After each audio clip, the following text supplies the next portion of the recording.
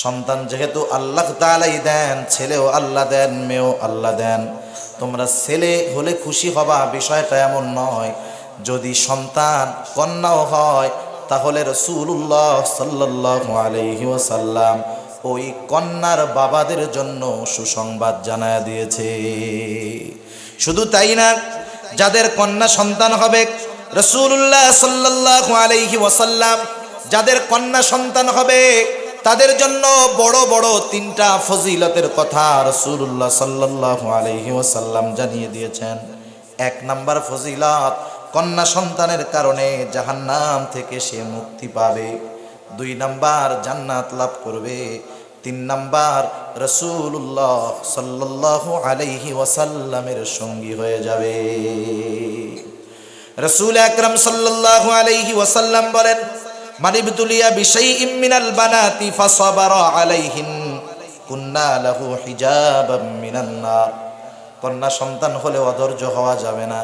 আল্লাহ তাআলা যাকে কন্যা সন্তান দিয়েছে, নবীজি বলেন, সে যদি তার উপরে সবর করে, অসন্তুষ্ট না হয়, বেজার না হয়, ওই কন্যা সন্তানগুলাকে যদি অবহেলা না করে, যথাযথভাবে লালন পালন করে, নবীজি বলেন ওই কন্যা সন্তানগুলা তার জন্য জাহান্নামের মধ্যে, তার জন্য জাহান্নামের আগুন থেকে আড়াল তথা পর্দা হয়ে দাঁড়ায়া যাবে। কন্যাগুলা হবে ওই পিতার জাহান্নাম থেকে বাঁচার আড়াল, পর্দা। তাহলে জাহান্নাম থেকে বাঁচা যাবে কন্যা হলে, সন্তুষ্ট হলে। এরপরে রাসূলুল্লাহ সাল্লাল্লাহু আলাইহি ওয়াসাল্লাম বলেন, মান আলা জারিয়াতাইনি দাখালতু আনা ওয়া হুয়াল জান্নাহ কাহাতাইনি ওয়া আশারা বিআসবাইহি।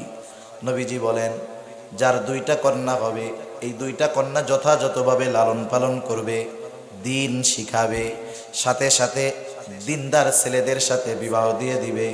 রাসূল আকরাম সাল্লাল্লাহু আলাইহি ওয়াসাল্লাম বলেন, আমি আর সে একত্রে জান্নাতে থাকবো। শুধু তাই না, নবীজি 2টা আঙ্গুলের ইশারা দিয়া বলেন, এই 2টা আঙ্গুল যেমন পাশাপাশি, ওই 2 সন্তান, 2 কন্যা সন্তানের বাবা আর আমি জান্নাতের মধ্যে এই রকম পাশাপাশি অবস্থান করব। এক সাহাবী জিজ্ঞাসা করতেছি, ইয়া রাসূলুল্লাহ, যদি 3টা হয় তাইলে কি হবে? নবীজি বললেন, যতগুলা হবে ততগুলা, যতগুলা হবে ততগুলা, কোনো অসুবিধা নাই।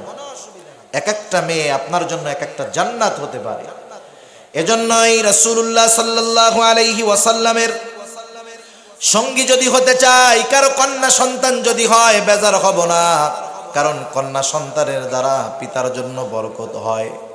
আর একটা জিনিস খেয়াল রাখবেন, আপনি আপনার সন্তানকে শিক্ষিত বানাইলেন, টাকা পয়সা বানাইলেন, অনেক টাকা পয়সার মালিক হয়ে গেল, সে একটা সময় হতেও পারে আপনাকে না দেখে চলে যাবে। কিন্তু বাস্তবতা এটাই বলে, সন্তানের মধ্যে, কন্যা সন্তানদের তার মা বাবার প্রতি বেশি আন্তরিকতা এবং মহব্বত, ভালোবাসা থাকে। কন্যা সন্তান যারা, এরা মা বাবাকে বেশি ভালোবাসে, বিশেষ করে বাবাকে বেশি ভালোবাসে। খেয়াল করে দেখবেন, যাদের কন্যা আছে, ছোট ছোট মেয়ে আছে, ছেলেদের চাইতে মেয়েরা বাবাকে মহব্বত করে বেশি, ভালোবাসে বেশি, আদর করে বেশি। এরপরে রাসূলুল্লাহ সাল্লাল্লাহু আলাইহি ওয়াসাল্লাম আর হাদিসের মধ্যে বললেন, লা ইয়াকুনু লি আহাদিকুম সালাসাতু বানাতিন আও সালাসাতু আখাওয়াতিন। এখানে নবীজি কন্যা সন্তানের সাথে সাথে বোনের কথা উল্লেখ করেছেন। অনেক সময় এমনটা হয় যে বাবা মারা গেছে, কয়েকটা বোন আছে, বোন বিবাহ দিতে পারে নাই। অনেক সময় ভাইয়েরা এই বোনদের প্রতি বিরক্ত হয়ে যায়, তিক্ত হয়ে যায়। এই বোনেরা ভাইদের কাছে অবহেলার শিকার হয়। এজন্য নবী স্পেশালভাবে বোনদের কথাও বলেন। নবীজি বলেন, ফায়ুহসিনু ইলাইহিন। এই 3টা সন্তান, কন্যা সন্তান এবং এই যদি 3টা বোনও যদি থাকে, এদের সাথে যদি উত্তম আচরণ করে, এদেরকে দিন শিখায়। অগণিত দুরুদ ও সালাম সৈয়দুল আম্বিয়া, আশরাফুল আম্বিয়া, খাতামুল আম্বিয়া, বিশ্বনবী, শেষ নবী, শ্রেষ্ঠ নবী মুহাম্মদুর রাসূলুল্লাহ সাল্লাল্লাহু আলাইহি ওয়াসাল্লামের প্রতি আল্লাহ সুবহানাহু ওয়া তাআলা আমাদেরকে এখানে আসার বসার তৌফিক দিয়েছেন, তাই আমরা আসতে পেরেছি। কি বলেন? আল্লাহ তাআলা যদি তৌফিক না দিতেন আমরা এখানে আসতে পারতাম না। আল্লাহ তাআলা যাদেরকে তৌফিক দেন তারাই দ্বীনের পথে থাকতে পারে, দ্বীনের কাজ করতে পারে।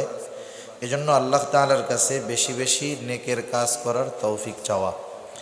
তা যাই হোক, আমি আপনাদের খেদমতে পবিত্র কোরআনুল কারীমের একটা আয়াতের অংশ ও রাসূল আকরাম সাল্লাল্লাহু আলাইহি ওয়াসাল্লামের অগণিত হাদিস থেকে একটা হাদিস পাঠ করেছি। আল্লাহ তাআলার কাছে তৌফিক চাই, অল্প সময়ের মধ্যে কিছু কথা আল্লাহ তাআলা আমাকে বলার তৌফিক দান করেন, যে কথাগুলা আমাদের সবার দুনিয়া এবং আখিরাতের জন্য কল্যাণকর হয়। সকলে বলি আমিন। সম্মানিত উপস্থিতি, আল্লাহ সুবহানাহু ওয়া তাআলা আমাদেরকে এ দুনিয়াতে বেহুদা সৃষ্টি করেন নাই। আহকামুল হাকিমিন আল্লাহ রব্বুল আলামিন আমাদেরকে সৃষ্টির পেছনে উদ্দেশ্য অবশ্যই আছে। কারণ আরবি প্রবাদ বাক্যে বলা হয়, ফিআলুল হাকিম লা ইয়াখলু আনিল হিকমা। মহাপ্রজ্ঞাময়ের কোনো কাজ, কোনো কর্ম কারণবিহীন, হিকমত শূন্য হতে পারে না। আল্লাহ সুবহানাহু ওয়া তাআলা আমাদেরকে তাহলে দুনিয়াতে পাঠিয়েছেন কেন? আল্লাহ তাআলা আমাদেরকে দুনিয়াতে পাঠানোর মূল উদ্দেশ্য হলো, আল্লাহ রব্বুল আলামিন বলেন, ওয়ামা খলাকতুল জিন্না ওয়াল ইনসা ইল্লা লিয়াবুদুন। মানুষ এবং জিনদেরকে আল্লাহ রব্বুল আলামিন তার ইবাদত করার জন্য, তার দাসত্ব করার জন্য সৃষ্টি করেছেন। ইবাদত হলো আল্লাহ সুবহানাহু ওয়া তাআলা যা আদেশ করেছেন তা করা, আল্লাহ তাআলা যেটা নিষেধ করেছেন তা থেকে বিরত থাকা। সাথে সাথে রাসূল আকরাম সাল্লাল্লাহু আলাইহি ওয়াসাল্লাম যা করেছেন, করতে বলেছেন, যা থেকে বিরত থাকতে বলেছেন, এটাও ইবাদত। কারণ আল্লাহ তাআলা কোরআনুল কারীমের এক জায়গায় বলেন, কুল আতিউল্লাহ ওয়া আতিউর রাসূল। আল্লাহ তাআলা বলেন, আপনি বলেন তোমরা আল্লাহ রব্বুল আলামিনের আনুগত্য করো এবং তার রাসূলের আনুগত্য করো। স্বাভাবিকভাবে আনুগত্য তার করা যায়, অনুসরণ অনুকরণ তার করা যায় যাকে দেখা যায়, যার সম্পর্কে জানা যায়, তাকে অনুসরণ করা যায়। রাসূলুল্লাহ সাল্লাল্লাহু আলাইহি ওয়াসাল্লামকে আমরা না দেখলেও আল্লাহর রাসূল সম্পর্কে আমরা জানি কি জানি না? আমরা আল্লাহর রাসূল সম্পর্কে জানি। এটাও জানি নবীজি কেমনে হাসতেন, নবীজি কেমনে খাইতেন, নবীজি কেমনে পথ চলতেন, নবীজি সবার সাথে কেমন ব্যবহার করতেন, নবীজির চুলটা কেমন ছিল, নবীজির গা কেমন ছিল, চামড়া কেমন ছিল, নখ কেমন ছিল, সব আমরা জানতে পেরেছি। ঠিক কিনা বলেন? না দেখলেও এত পরিমাণ নবীজির ব্যাপারে আমরা জানি যে দেখার মতোই। এজন্য নবীজির অনুসরণ করা যায়। নবীজি কেমনে খাইছেন, মানুষের সাথে কেমন আচরণ করেছেন, সব আমরা জানি। কিন্তু আল্লাহ রব্বুল আলামিনকে দেখি নাই। আল্লাহ তাআলার আনুগত্য কিভাবে করব? এই প্রশ্ন আমাদের মনে আসতে পারে, স্বাভাবিক। এজন্য আল্লাহ তাআলা আরেক জায়গায় বিষয়টা স্পষ্ট করে দিয়েছেন। আল্লাহ রব্বুল আলামিন বলেন, মাইয়ুতির রাসূলা ফাকাদ আতা আল্লাহ। যে আমার রাসূলের আনুগত্য করবে সে আমি আল্লাহ রব্বুল আলামিনের আনুগত্যকারী হিসাবেই বিবেচিত হবে। সুবহানাল্লাহ। তাহলে রাসূলুল্লাহ সাল্লাল্লাহু আলাইহি ওয়াসাল্লামের আদর্শের মধ্যে, কর্মের মধ্যে গোটা ইবাদত, গোটা দ্বীনকে আল্লাহ রাব্বুল আলামিন দিয়ে দিয়েছেন। তা যাই হোক, এই ইবাদত করার জন্যই আল্লাহ তাআলা আমাদেরকে সৃষ্টি করেছেন। আর ইবাদতের ক্ষেত্রে শুধু যে আমরা মনে করি যে নামাজ, রোজা, হজ, যাকাত এর মধ্যেই ইবাদত সীমাবদ্ধ, তা নয়। ইবাদত ব্যাপক এক জিনিস। একটা মানুষ খাবে, এটাও তার ইবাদত হতে পারে। একটা মানুষ জরুরত সারবে, ইস্তেনজায় যাবে, প্রস্রাব পায়খানা করবে, আল্লাহ রাসূল সাল্লাল্লাহু আলাইহি ওয়াসাল্লামের সিস্টেম অনুযায়ী করলে ওটাও ইবাদত হবে। এজন্য আল্লাহ তাআলা আমাদেরকে ইবাদত করার জন্য সৃষ্টি করেছেন। মানে আমাদের গোটা জিন্দেগির অনুসরণ অনুকরণ হতে হবে রাসূল আকরাম সাল্লাল্লাহু আলাইহি ওয়াসাল্লামের জীবন আদর্শকে অনুসরণ করতে হবে। ঠিক কিনা বলেন? তা যাই হোক, এটা তো ব্যাপক এক জিনিস। ইবাদতের মধ্যে সৃষ্টির সেবা করা, এটাও অন্যতম একটা ইবাদত। যে যা হক প্রাপ্ত তাদের হক তাদেরকে দেওয়া, এটাও একটা ইবাদত। কারণ কিয়ামতের দিন আল্লাহ রাব্বুল আলামিনের দরবারে অনেক মানুষ ফেসে যাবে, শুধু যেই অধিকারের অধিকারী ছিল, হকদার ছিল, তাদেরকে সেই অধিকার প্রদান না করার কারণে। কারণ হক তথা অধিকারকে আল্লাহ তাআলা প্রথমত দুই ভাগে বিভক্ত করেছেন। একটা হলো আল্লাহ তাআলার হক, আর একটা হলো মাখলুকের হক। একটা সৃষ্টির হক, স্রষ্টার হক, আর একটা হলো স্রষ্টার হক। আল্লাহ তাআলার হক কি? আল্লাহ রাব্বুল আলামিনের হক হলো তার ইবাদত করা, তার সাথে শিরিক না করা। আল্লাহ তাআলার ইবাদত হলো, হক হলো তার ইবাদত করা, তার সাথে শিরিক না করা। কেউ যদি দুনিয়াতে আল্লাহ রাব্বুল আলামিনের হকগুলা সমূহ থেকে কিছু হক নষ্ট করে, যেমন নামাজ পড়া, এটা কার হক? একটু জোরে বলেন, কার হক? আল্লাহ তাআলার হক। নামাজ পড়ে নাই, রোজা রাখে নাই, হজ করে নাই। আল্লাহ তাআলা তো মহান। আল্লাহ তাআলা যদি চান, কিয়ামতের দিন তার হক মাফ করে ঈমান থাকলে বান্দাকে জান্নাত দিয়ে দিতে পারেন, ঠিক কিনা বলেন? কারণ আল্লাহ তাআলার দয়া রহমত বেশি। হাদিসের মধ্যে আসছে, ইন্না লিল্লাহি মিআতু রাহমা, আল্লাহ রাব্বুল আলামিনের রহমত কে, ইন্না লিল্লাহি মিআতু রাহমা আনজালা মিনহা রাহমাতান ওয়াহিদাতান বাইনাল জিন্নি ওয়াল ইনস ওয়াল বাহাইম ওয়াল হাওয়াইম। রাসূল আকরাম সাল্লাল্লাহু আলাইহি ওয়াসাল্লাম বলেন, আল্লাহ রাব্বুল আলামিন তার দয়া রহমতের 100 ভাগ থেকে একটা ভাগ মানুষ, জিন এবং যত সৃষ্টি আছে সবার মধ্যে বন্টন করে দিয়েছেন। আল্লাহ তাআলার দয়া রহমত থেকে 100 ভাগের 1 ভাগ তামাম সৃষ্টিকুলের মধ্যে আল্লাহ বন্টন করে দিয়েছেন। দুনিয়াতে যত মাখলুক ছিল, আছে, কিয়ামত পর্যন্ত আসবে, সবাইকে ওই 1 ভাগ থেকে একটা অংশ দেওয়া হবে। ওই পরিমাণ মোহাব্বত, ভালোবাসা, দয়া রহমত প্রাপ্ত হয়ে মানুষ সন্তানের জন্য, স্ত্রীর জন্য, মা বাবার জন্য কত মোহাব্বত, ভালোবাসা, জীবন দিয়ে দেয়। অথচ আল্লাহ তাআলার কাছে 99 ভাগ রহমত জমা আছে। আল্লাহ রাসূল সাল্লাল্লাহু আলাইহি ওয়াসাল্লাম বলেন, এই 99 ভাগ দয়া রহমত আল্লাহ তাআলা নিজের কাছে রাখার কারণ হলো, আখারাল্লাহু লাহু 99 রাহমা ইয়াগফিরু বিহি ইবাদাহু ইয়াউমাল কিয়ামা। এই 99 ভাগ রহমত দিয়ে আল্লাহ তাআলা কিয়ামতের দিন তার গুনাহগার বান্দাদেরকে ক্ষমা করে জান্নাত দিয়ে দিবে। সেজন্য কেউ যদি আল্লাহর হক নষ্ট করে, শয়তানের ধোকায় পড়ে, আল্লাহ তাআলা চাইলে মাফ করে দিতে পারেন। কিন্তু কেউ যদি মানুষের অধিকার, হক নষ্ট করে, ইসলাম একটা মানুষকে যেই অধিকার দিয়েছে, যেই হক দিয়েছে, এটা যদি কেউ নষ্ট করে, মানুষের হক যদি নষ্ট করে, কিয়ামতের দিন আল্লাহ তাআলা এটা ক্ষমা করবেন না, যতক্ষণ না যার হক, যার অধিকার নষ্ট করা হয়েছে, সে যতক্ষণ না ক্ষমা করবে, ততক্ষণ আল্লাহ তাআলাও ক্ষমা করবে না, ঠিক কিনা বলেন? এজন্য প্রত্যেকটা সৃষ্টির হক আছে। আমরা যদি মনে করি যে হক মনে হয় শুধু মানুষের সাথে আছে, অধিকার মনে হয় শুধু মানুষের কাছে পাবে, এমনটা নয়। একটা কুকুর, একটা বিড়াল, এই পশু, এই প্রাণী হিসাবেও তার একটা হক আমাদের উপরে আছে। আর মানুষের সাথে মানুষের হক তো থাকবেই। একজন বেধর্মী, সেও আমার কাছে হক পায়।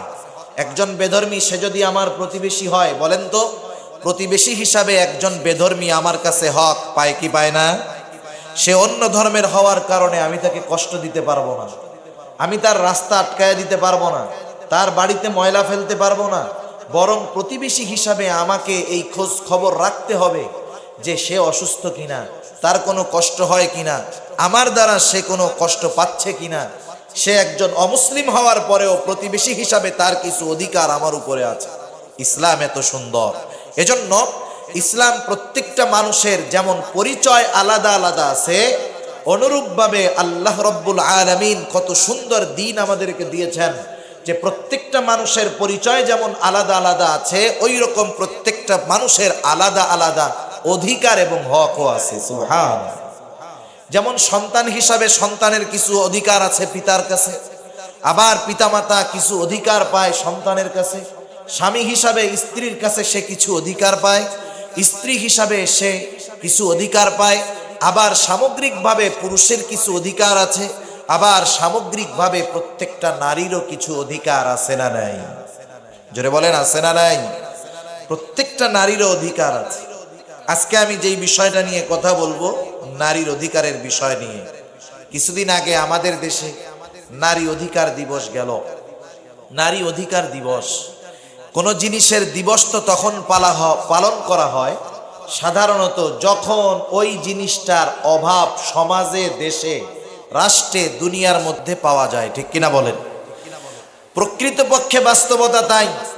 ইসলামবিহীন পশ্চাত্য যত সভ্যতা আছে, যত ধর্ম আছে, যত দর্শন আছে, এই ধর্ম, দর্শন, মতাদর্শ শুধুমাত্র চাটুকারিতার মধ্যেই সীমাবদ্ধ থেকেছে। নারী দিবস একটা দিনকে নির্ধারিত করেই সীমাবদ্ধ থেকেছে, কিন্তু প্রকৃতপক্ষে কোনো নারীকে পরিপূর্ণ অধিকার তারা দিতে পারে নাই। ঠিক কিনা বলেন? কিন্তু ইসলাম পূর্ণাঙ্গ রূপে নারীর অধিকার দিয়েছে এবং সেই অধিকার পরিপূর্ণ বাস্তবায়ন করিয়েও ইসলাম দেখায়া দিয়েছে।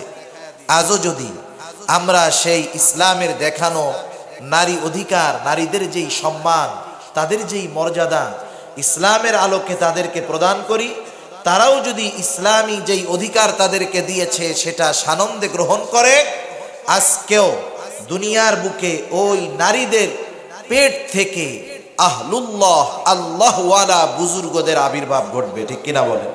কিন্তু আফসোস, বুঝে না।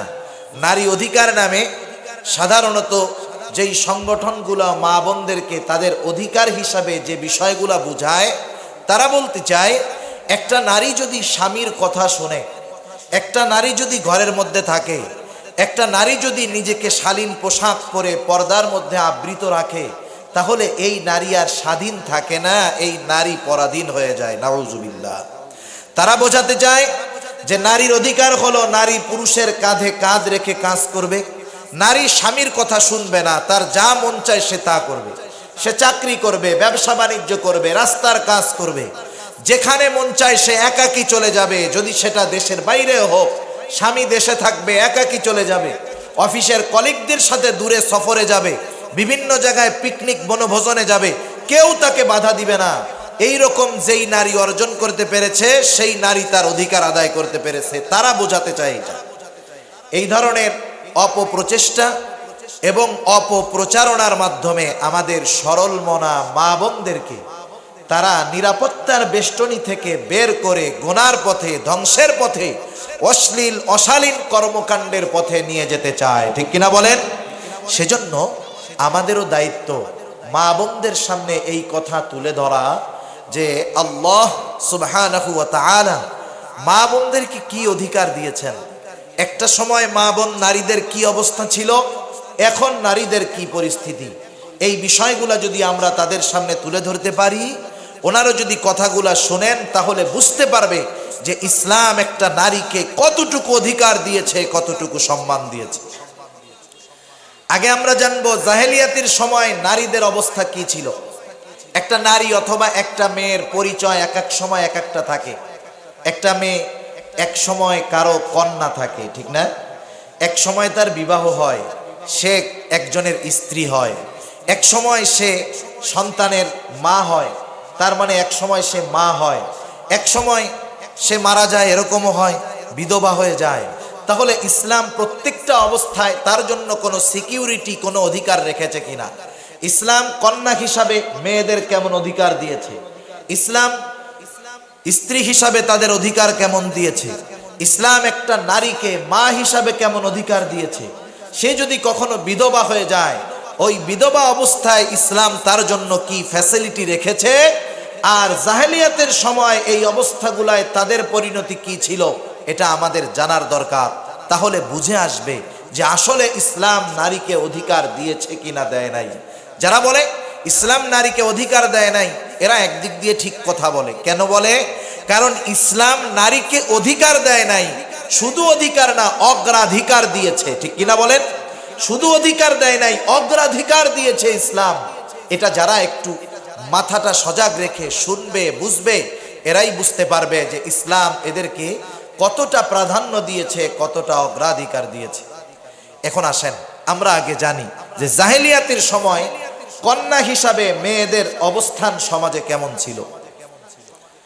আল্লাহ রাব্বুল আলামিন কোরআনুল কারীমের সূরাতুন নাহলের মধ্যে জানায় দেন, ওই জাহেলিয়াতের সময় যখন কোনো পিতার কাছে কোনো কন্যা সন্তান ভূমিষ্ঠ হওয়ার সংবাদ দেওয়া হতো, তাদের অবস্থা কি হতো?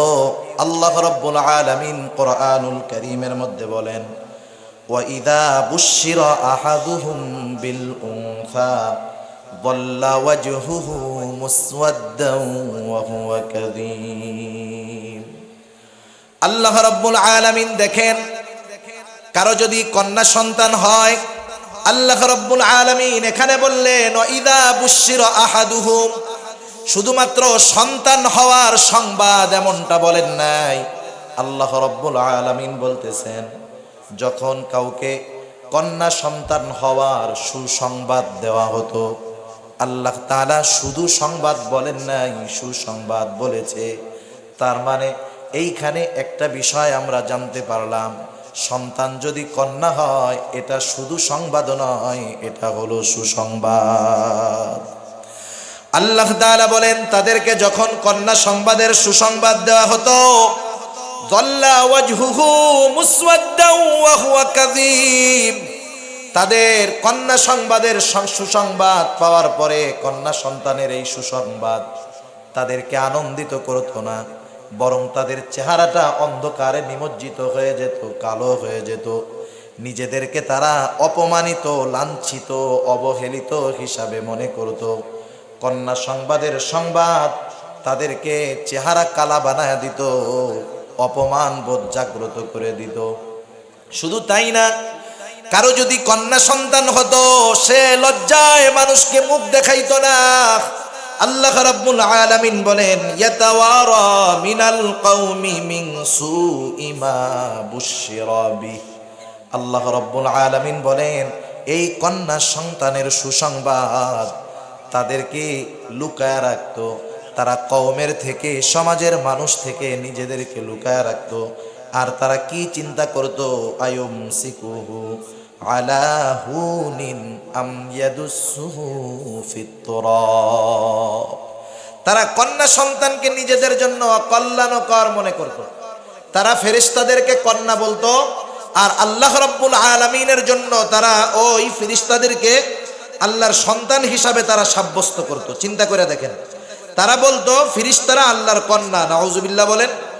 তারা বলতো ফেরেশতারা আল্লাহ তাআলার কন্যা, অথচ তারা নিজেদের ক্ষেত্রে যদি কন্যা হতো সেটাকে তারা মন্দ মনে করত। তার মানে ওরা বুঝাইতে চাইতো কন্যা আল্লাহর জন্য, আর ফেরেশতাদেরকে তারা খারাপ মনে করত। আল্লাহ তাআলা বলেন, ওয়ায়াজআলুনা লিল্লাহিল বানাতি সুবহানা ওয়া লাহুম মা ইয়াশতাহুন। তারা আল্লাহ রাব্বুল আলামিনের জন্য কন্যা সন্তানকে সাব্যস্ত করত, অথচ আল্লাহ তাআলার কি কোনো সন্তান আছে? জোরে বলেন, আছে? আল্লাহ তাআলা কাউকে জন্ম দেন নাই, কারো থেকে জন্ম নেনও নাই। লাম ইয়ালিদ ওয়া লাম ইউলাদ, তিনি কারো থেকে জন্ম নেন নাই, কাউকে তিনি জন্ম দেনও নাই। অথচ ওরা কন্যাদেরকে আল্লাহর জন্য সাব্যস্ত করত, নিজেরা অপছন্দ করত। আর যখন নিজেদের কন্যা সন্তান হতো, নিজেরা সমাজের লোকের থেকে নিজেকে লুকায় রাখত, আর অপমান বোধ করত, আর চিন্তা করত কন্যা সন্তান হলো এটা আমার জন্য মানহানিকর। আমি কি এই অসম্মানের সাথে বেঁচে থাকবো, নাকি এটাকে মাটির মধ্যে পুঁতে ফেলবো? এই চিন্তা করত, দুইটা কাজ করত। কন্যা সন্তান হওয়ার পরে যারা হত্যা করতো না, তারা সমাজে নিজেদেরকে লাঞ্ছিত, অপমানিত, সমাজের একজন নিকৃষ্ট মানুষ হিসাবে বেঁচে থাকতে হইতো। আর যারা এই গ্লানি সহ্য করতে পারতো না, ওরা কি করতো? ওরা কন্যা সন্তানকে জীবিত মাটির মধ্যে দাফন করে ফেলতো। নাউজুবিল্লাহ। শত শত হাজার হাজার ঘটনা এরকম ছিল। এখন প্রশ্ন হলো, তারা এই কন্যা সন্তানের ব্যাপারে বিরক্ত হওয়ার কারণ কি? যেই কারণগুলো ঐতিহাসিকগণ লেখেন, এক নাম্বার কারণ হলো সামাজিক লজ্জা। ওই যে সমাজের মানুষ বলবে, দেখ এইটা কেমন পুরুষ, এটা তো একটা কন্যা সন্তানের বাপ, ওর একটা মেয়ে হয়েছে। এরকম কেউ তাকে কোনো কথা বলবে, এটা তারা লজ্জার কারণ মনে করতো। দুই নাম্বার, চিন্তা করতো যদি কন্যা সন্তান হয় তার পেছনে ভর পোষণের ব্যাপার আছে, তার পেছনে খরচের ব্যাপার আছে। একটা সময় সে বড় হবে, তাকে বিবাহ দিতে হবে, খরচের ব্যাপার আছে। এই ভয়ে তারা কন্যা সন্তানকে অপছন্দ করত। আর একটা বিষয় হলো, সৃষ্টিগতভাবে তাদের অন্তরের মধ্যে নারী বিদ্বেষিতা ছিল। এই কারণে তারা নারীদেরকে, কন্যা সন্তানদেরকে ঘৃণা করত। এরপরে অনেক সময় এমনটা হতো, অনেকে কন্যা সন্তানের বাবা জামাতার কাছে অপমানিত হওয়ার ভয়ে কন্যা সন্তান হত্যা করত। ওই সময় এই ধরনের কিছু খারাপ প্রচলন ছিল যে মেয়ে বিবাহ দিয়েছে, বাবা গরিব মানুষ, অনেক কিছু দিতে পারে নাই। এই সব ক্ষেত্রে মেয়ের স্বামী ওই শ্বশুরকে অপমান করত। এই কারণে অনেকে কন্যা সন্তান হলে বেজার হয়ে যাইত, নাখোশ হইত। কেউ সমাজে অসম্মানের সাথে বেঁচে থাকতো, কেউ বা ওই মেয়েটাকে, কন্যাটাকে জিন্দা দাফন করে ফেলত। এই ধরনের অভ্যাস, এই ধরনের ব্যাপার স্যাপার আমাদের সমাজে আছে না নাই? এখনো অনেক মানুষ ওই জাহেলিয়াতের সময়ের চরিত্র আছে, যারা মেয়ে হলে বলতে লজ্জা পায়, যারা সমাজের কাছে মুখ দেখাইতে লজ্জা পায়, ভর পোষণের চিন্তা করে যে ভরণ পোষণ কি দিব, কি খাওয়াবো। এজন্য অনেক সময় কন্যা সন্তানের ব্যাপারে চিন্তা করে, ওইটা যদি ছেলে হয় ওর পেছনে ব্যয় করার পরে ও তো একটা সময় ইনকাম করে আমাকে খাওয়াবে, বিবাহ দেওয়ার সময় আবার 20 লাখ টাকা খরচ হবে। এই চিন্তা করে যখন কন্যা সন্তান হতো তারাও বেজার হইতো। এখনকার সময়ের কিছু লোক হয়, ঠিক কিনা বলে? তাহলে দেখেন, যে কথা বোঝা গেল, জাহেলিয়াতের সময় কন্যা হিসাবে নারীদের কোনো অধিকার ছিল না। এই কন্যা একটা সময় হতো স্ত্রী, কারো না কারো স্ত্রী হতো। এখন স্ত্রী হিসাবে তাদের সামাজিক অবস্থা কেমন ছিল? 1 নাম্বার, এমনও তো হতো স্বামী তার অন্য বন্ধুদেরকে খুশি করার জন্য তার নিজের স্ত্রীকে তার বন্ধুর কাছে পাঠায়া দিত। স্ত্রীরা স্বাধীনতা ছিল না, তাদের অধিকার তো তারা পায় নাই। বরং এমনও জাহেল স্বামী ছিল যারা তার স্ত্রীকে অন্য বন্ধুদের কাছে পাঠায়া দিত। আবার অনেকে কি করত, যে সে নিজে হৃষ্টপুষ্ট নয়, সে নিজে অসুস্থ, দুর্বল, সে একজন হৃষ্টপুষ্ট শক্তিশালী যুবকের কাছে তার স্ত্রীকে পাঠায়া দিছে। কেন? তার মতো একটা তাগড়া দেহ সম্পন্ন সুস্বাস্থ্যওয়ালা সন্তানের আশায় নিজ স্ত্রীকে স্বেচ্ছায় নিজে পরপুরুষের কাছে পাঠাইতে তারা দ্বিধাবোধ করতো না। নাউযুবিল্লাহ। এমনও তো করত, বন্ধুর স্ত্রীদের সাথে তারা নিজেদের স্ত্রীদেরকে রদবদল করত। শুধুমাত্র দৈহিক সুখের উপকরণ হিসাবে তারা বিবাহ করত। আবার সমাজের ভিতরে এমনও খারাপ অবস্থা ছিল, বহু স্বামীর প্রচলন ছিল। তার মানে স্ত্রী একজন, তার স্বামী হতো অনেকজন। এই ছিল স্ত্রীদের বৈবাহিক অবস্থা। তারা স্বামীদের দ্বারাও নির্যাতিত হতো, জুলুমের শিকার হতো। এখন এই স্ত্রীরা তো এক সময়, এই মহিলারা এক সময় মা হয়। মা হয় কি হয় না? মা হিসাবে তাদের অধিকার কি ছিল? ইসলাম তো কত সুন্দর অধিকার দিয়েছে। স্বামী মারা যাওয়ার পর মায়ের সব দেখাশোনা, সব কিছুর দায়িত্ব হলো সন্তানের উপর।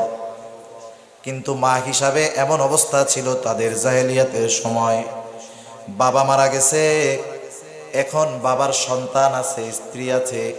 অনেক ক্ষেত্রে এমনও ঘটতো, বাবা মারা যাওয়ার পর যেই মা তাকে গর্ভে ধারণ করেছে সে তার ওই মাকে বিবাহ করত।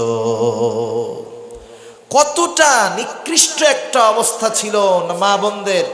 একটু চিন্তা করে দেখেন, কত কঠিন এক জিন্দেগি জাহেলিয়াতের সময় গিয়েছে। মনিটরের আওয়াজ বাড়ান, মনিটরের আওয়াজ ছাড়েন আরো। কতটা কঠিন এক জিন্দেগি গেছে। কন্যা হিসাবে না ছিল অধিকার, স্ত্রী হিসাবে না ছিল অধিকার, মা হিসাবে না ছিল অধিকার। স্বামী মারা যাওয়ার পরে স্বামীর সম্পদে স্ত্রীর হক কিছু আছে না নাই? স্বামীর সম্পদ থেকে তাদেরকে বঞ্চিত করা হতো। মা হিসাবে সেই জন্য তারা সমাজের মধ্যে কোনো অধিকার পেত না, সম্মান পেত না, লাঞ্ছনা বঞ্চনার শিকার হওয়া লাগতো। অনেক সময় এমন হয়, স্বামী মারা গেছে, সন্তান টন্তান কিছু নাই, বিধবা। যেই মানুষগুলো বিধবা হতো, যাদের স্বামী দুনিয়ায় থাকতো না, তারা পারিপার্শ্বিক অনেক জালেমদের জুলুমের শিকার হতো। শুধু তাই না, যেই মহিলার স্বামী মারা যেত অনেক সময় ওই বাড়িতে অন্যান্য মানুষেরা তার সাথে দাসীর মতো আচরণ করত। এগুলা সভ্য সমাজেও আছে, আমাদের সমাজে এখনো আছে এরকম, যে একজন যুবক বয়স বিবাহ হয়েছে, একেবারে কম বয়সী একটা বাচ্চা হয়েছে, স্বামী মারা গেছে, এইবার স্বামীর বাড়িতে তার আর অধিকার থাকে না, তার সাথে খারাপ আচরণ করা হয়, ঘরের মধ্যে চাকরানির মতো তাকে খাটানো হয়। কেন? তার স্বামী নাই, সে বিধবা, এজন্য তার উপরে অনেক ধরনের জুলুম অত্যাচার চলে কি চলে না বলেন? এগুলো জাহেলিয়াতের সময়ের কাজ, কিন্তু ইসলাম কত সুন্দর অবস্থান দিয়েছে নারীদেরকে। এ তো গেল তার সামাজিক স্ট্যাটাস, সামাজিক মর্যাদা। অর্থনৈতিক দিক দিয়ে তাদের অবস্থা কি ছিল? সকল ধরনের অর্থনৈতিক বিষয় থেকে তারা বঞ্চিত। তারা উত্তরাধিকার সূত্রে কোনো সম্পদের মালিক হতে পারত না, না তার বাবার সম্পদ, না তার স্ত্রীর সম্পদ, না তাদের সন্তানদের সম্পদ, কোনো কিছুতে নারীদের সম্পদের কোনো মালিকানা ছিল না, কোনো অধিকার ছিল না। একটু চিন্তা করেন, এই ছিল নারীদের অবস্থা। কিন্তু ইসলামের আগমন ঘটল। ইসলাম কি দিয়েছে নারীদের? ইসলাম নারীদের শুধু অধিকার দেয় নাই, ইসলাম নারীদেরকে সর্বক্ষেত্রে সর্ব অবস্থায় সর্বোচ্চ অধিকার দিয়েছে। সুবহানাল্লাহ বলেন। ইসলাম কি দিল নারীদেরকে? এক নাম্বার আসেন, ইসলাম নারীদেরকে দিয়েছে অধিকার, ইসলাম নারীদেরকে দিয়েছে নিরাপত্তা, সম্মান, মর্যাদা। কন্যা হিসেবে তাকে অধিকার দিয়েছে, কন্যা হিসাবে তাকে সম্মান দিয়েছে, কন্যা হিসাবে তাকে মর্যাদা দিয়েছে ইসলাম। রাসূল আকরাম সাল্লাল্লাহু আলাইহি ওয়াসাল্লাম কত সুন্দর আমাদেরকে জানায় দিয়েছেন যে যাদের কন্যা সন্তান হবে তারা সৌভাগ্যবান। আর এই কন্যা সন্তান যদি যথাযথভাবে লালন করতে পারে, পালন করতে পারে, এই বাবা, এই পিতার ঠিকানা হয়ে যাবে জান্নাত। কারণ সন্তান ছেলে হবে না মেয়ে হবে। সাউন্ড দেন না কেন? সাউন্ড বাড়ান, এখানে সাউন্ড লাগবে, আরো কানে আওয়াজ আসতেছে না, আওয়াজ ক্লিয়ার করবেন একবারে। হ্যাঁ, ইসলাম অধিকার দিয়েছে। কি দিয়েছে? কারণ কোন সন্তান ছেলে হবে না মেয়ে হবে, কি হবে, এটা দুনিয়ার কেউ জানে না। জানে? দুনিয়ার কারো হাতে না এটা। দুনিয়ার, আপনি ভলিউমটা ক্লিয়ার করে দেন, ডিজিটাল লাগবে না, আওয়াজ ক্লিয়ার হবে, টনটন হবে মাইকের মতো।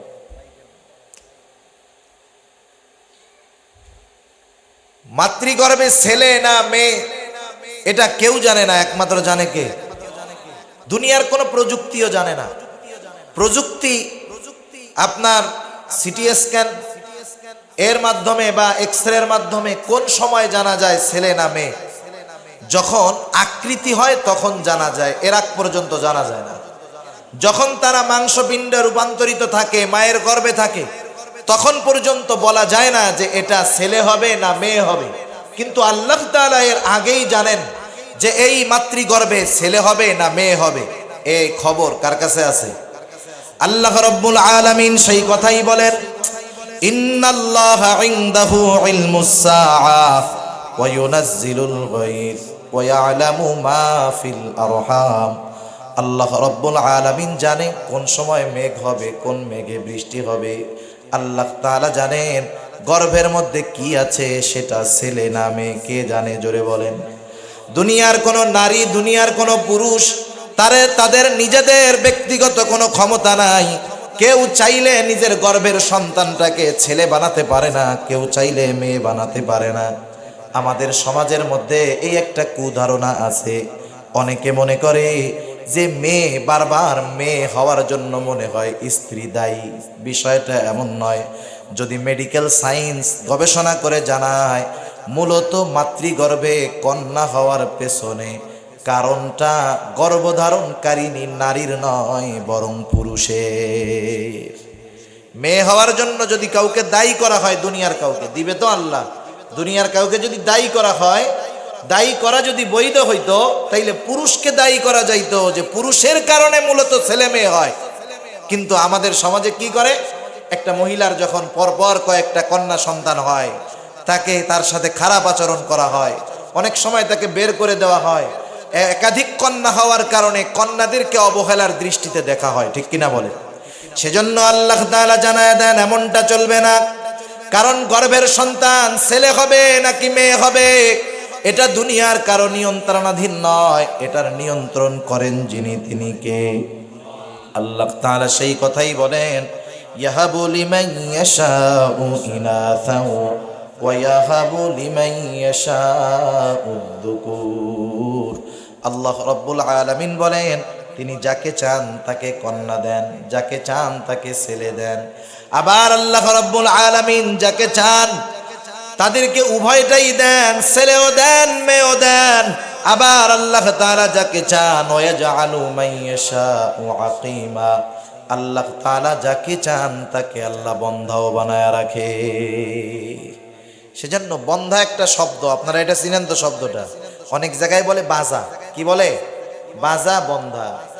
শুধু যে বন্ধা নারীরা হয় তা না, অনেক সময় ছেলেরাও কি হয়? বাজা হয়, বন্ধা হয়। সেজন্য এই ধরনের কুসংস্কার থেকে বের হয়ে আসতে হবে, ইসলামী অনুশাসন ফলো করতে হবে। যে শুধু যে নারীর কারণেই বাচ্চা কাচ্চা হয় না, বিষয়টা এমন না। অনেক সময় ছেলেদের কারণে, পুরুষের কারণেও বাচ্চা কাচ্চা হয় না, কিন্তু আমরা এটা মাইনে নিতে রাজি থাকি না। আমরা যত দোষ দিতে পারি নারীদের, আর চিন্তা করি যে এটা না হইলে কি হবে, আর একটা বিবাহ দিয়ে নিয়ে আসবো। সেজন্য এসব ক্ষেত্রে সাবধান হইতে হবে। সন্তান ছেলে হোক মেয়ে হোক, কার ইচ্ছাধীন, জোরে বলেন। সেজন্য জাহেলিয়াতের সময় তারা সন্তান কন্যা হলে অসন্তুষ্ট হতো, চেহারাটা তাদের খারাপ হয়ে যেত। আর আল্লাহর রাসূল সাল্লাল্লাহু আলাইহি ওয়াসাল্লাম জানায় দেন, সন্তান যেহেতু আল্লাহ তাআলাই দেন, ছেলেও আল্লাহ দেন, মেয়েও আল্লাহ দেন। তোমরা ছেলে হলে খুশি হবা, বিষয়টা এমন নয়। যদি সন্তান কন্যাও হয় তাহলে রাসূলুল্লাহ সাল্লাল্লাহু আলাইহি ওয়াসাল্লাম ওই কন্যার বাবাদের জন্য সুসংবাদ জানায় দিয়েছে। শুধু তাই না, যাদের কন্যা সন্তান হবে, রাসূলুল্লাহ সাল্লাল্লাহু আলাইহি ওয়াসাল্লাম যাদের কন্যা সন্তান হবে তাদের জন্য বড় বড় তিনটা ফজিলতের কথা রাসূলুল্লাহ সাল্লাল্লাহু আলাইহি ওয়াসাল্লাম জানিয়ে দিয়েছেন। এক নাম্বার ফজিলত, কন্যা সন্তানের কারণে জাহান্নাম থেকে সে মুক্তি পাবে। 2 নাম্বার, জান্নাত লাভ করবে। 3 নাম্বার, রাসূলুল্লাহ সাল্লাল্লাহু আলাইহি ওয়াসাল্লামের সঙ্গী হয়ে যাবে। রাসূল আকরাম সাল্লাল্লাহু আলাইহি ওয়াসাল্লাম বলেন, মান ইবতুলিয়া বিশাইইম মিনাল বানাতি ফাসাবারা আলাইহিন কুন্না লাহু হিজাবাম মিনান নার। কন্যা সন্তান হলে অধৈর্য হওয়া যাবে না।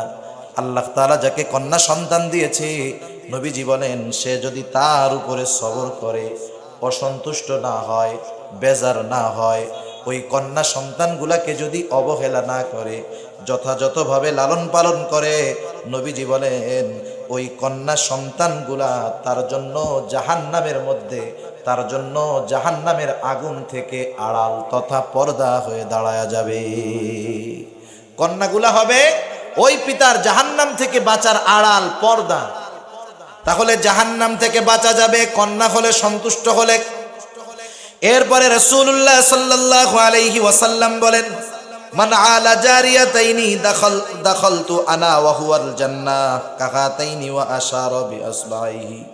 নবীজি বলেন, যার 2টা কন্যা হবে, এই 2টা কন্যা যথাযথভাবে লালন পালন করবে, দিন শিখাবে, সাথে সাথে দিনদার ছেলেদের সাথে বিবাহ দিয়ে দিবে, রাসূল আকরাম সাল্লাল্লাহু আলাইহি ওয়াসাল্লাম বলেন, আমি আর সে একত্রে জান্নাতে থাকবো। শুধু তাই না, নবীজি 2টা আঙ্গুলের ইশারা দিয়া বলেন, এই 2টা আঙ্গুল যেমন পাশাপাশি, ওই 2 সন্তান, 2 কন্যা সন্তানের বাবা আর আমি জান্নাতের মধ্যে এই রকম পাশাপাশি অবস্থান করব। এক সাহাবী জিজ্ঞাসা করতেছি, ইয়া রাসূলুল্লাহ, যদি 3টা হয় তাইলে কি হবে? নবীজি বললেন, যতগুলা হবে ততগুলা, যতগুলা হবে ততগুলা, কোনো অসুবিধা নেই। এক একটা মেয়ে আপনার জন্য এক একটা জান্নাত হতে পারে।